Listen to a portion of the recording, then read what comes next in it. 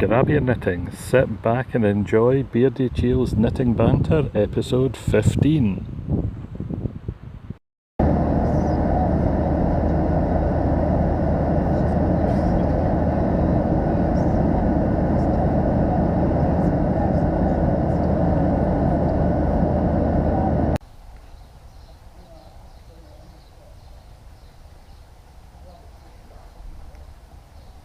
Hi folks, John Glenn here, also known as Beardychiel, and welcome to this 15th episode of Beardychiel's Knitting Banter. As I say, my name is John Glenn and you will find me as Beardychiel on Facebook, Instagram, Ravelry and Twitter, and if you're looking for me an email, it's beardychiel@gmail.com. As you'll see and hear, I'm not in my usual location today. I'm sitting by the swimming pool at the Rodian Sun Hotel in Paradisian Rhodes, and I'm having an absolutely wonderful time. I'll just mess around with the camera. This is what I'm having to sit and put up with. It's just arduous, it's just absolutely horrid, and I have to put up with this for 2 whole weeks. Consequently, I'm editing on my tablet, filming on my GoPro, and what you see is what you get, so I hope you enjoy it. Janet and I have come off for a break, and it's an interesting start. We've had some wonderful temperatures the first day or so, and we've also had a couple of thunder and lightning, air clearing, tropically storm bits. It was raining earlier this morning before breakfast. It seems to have cleared a little, and we'll just see how it goes from there. So what are the plans for while we're here? Well, it's nice and simple. Sun, reading, music, and of course some knitting. So what's on my needles? What's the work in progress? At the moment it is a sock. How could you go on holiday and not knit a sock? So we have another off the top of the head improvised design. We've just turned the heel and it's a toe up. You know that I'm ultra fond of my toe ups, but I can get my hand in here. A little bit of lace detail in the front as that works its way up, and once the heel's completed, the same lace detail on the back, and that's going to spiral its way up around the sock as we work our way through the ankle and up to the cuff. The yarn is 50% merino, 50% silk. The colourway name I can't remember, but it's an indie dyer's work, and this is the work of David Rakes, known as This Boy, from Dundee in Scotland. And David had this sitting in his Etsy shop. There were 2 skeins left and I took both of them. So one of them's being turned into a sock and the other one, God knows what it's going to be, I haven't decided yet. But I do have some bamboo and wool mix sitting alongside it, and it's a self-coloured gold colourway, so they would go well together.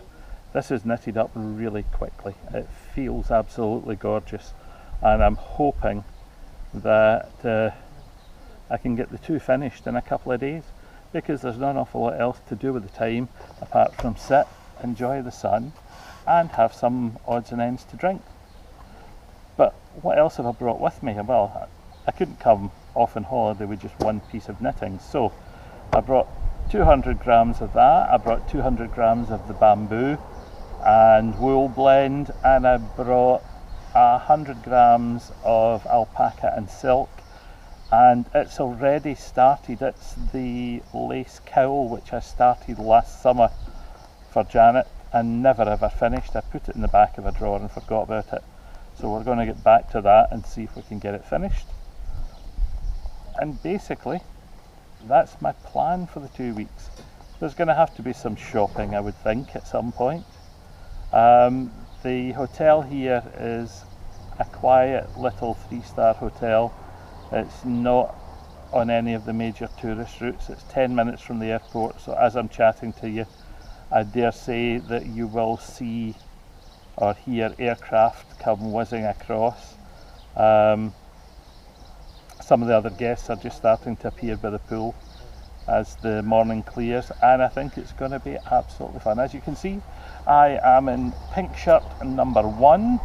I have lots of loud shirts with me for my holidays. I love a loud shirt, and we'll just see how it goes. I've got company at the moment. Bella and Charlie, the hotel's 2 small dogs, have just appeared and they've come out for a wander and I say hello. They're absolutely hilarious.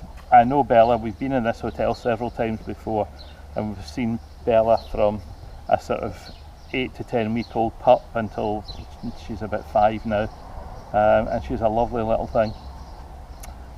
What else have I got to tell you? Since the last time we spoke, on our way to come off to Rhodes, because we were travelling from Edinburgh Airport, we took the time to drive to Perth and stay overnight, and that left myself and Janet needing to fill an evening's entertainment. So the evening's entertainment was meeting up and having dinner with Eva Christie from Eva Christie Hand Knitting and David Rakes, this boy.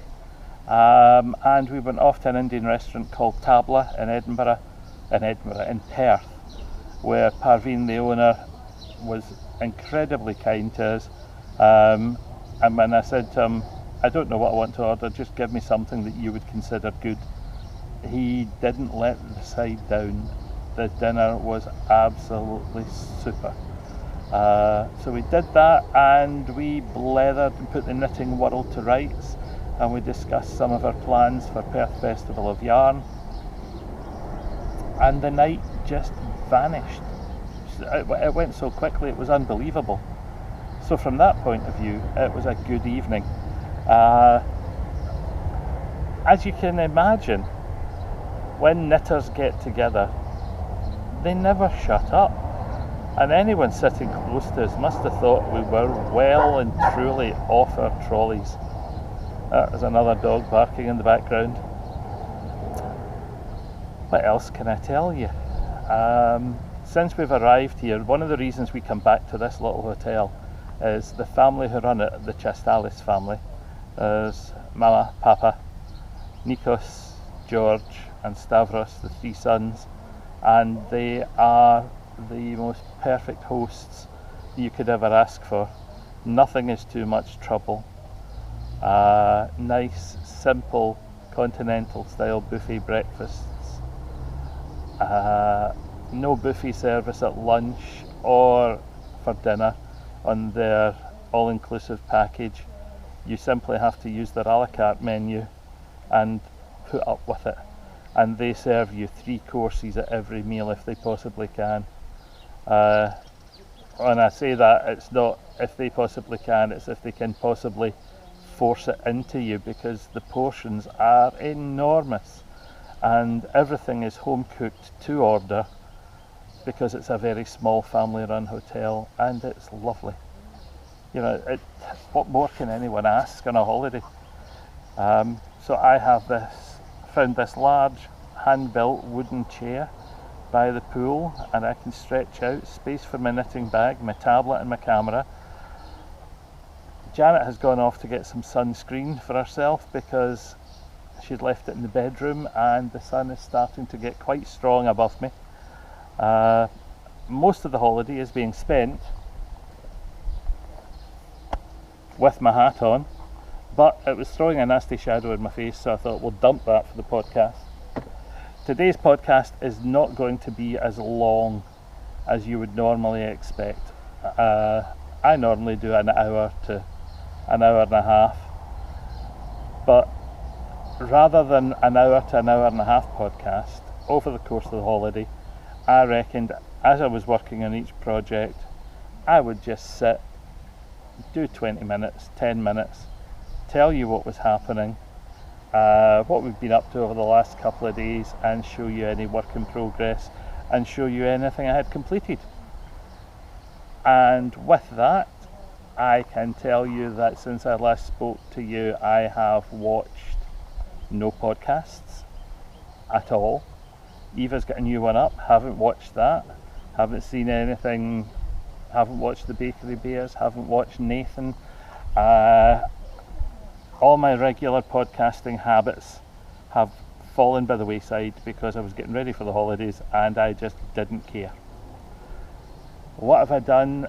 Before I left, I had some emails in from Perth Festival of Yarn vendors sending me information for the website, and there's a massive set of website updates which will happen when I get home, around about the 10th or 11th of June.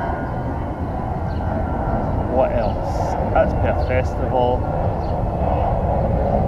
That's a jet leaving from the airport, as you can hear in the background. And to be honest, I think that's all I've got for this first short episode. So we'll call this episode 15A, or 15 part 1, and there will be a part 2 and a part 3 over the next 2 weeks.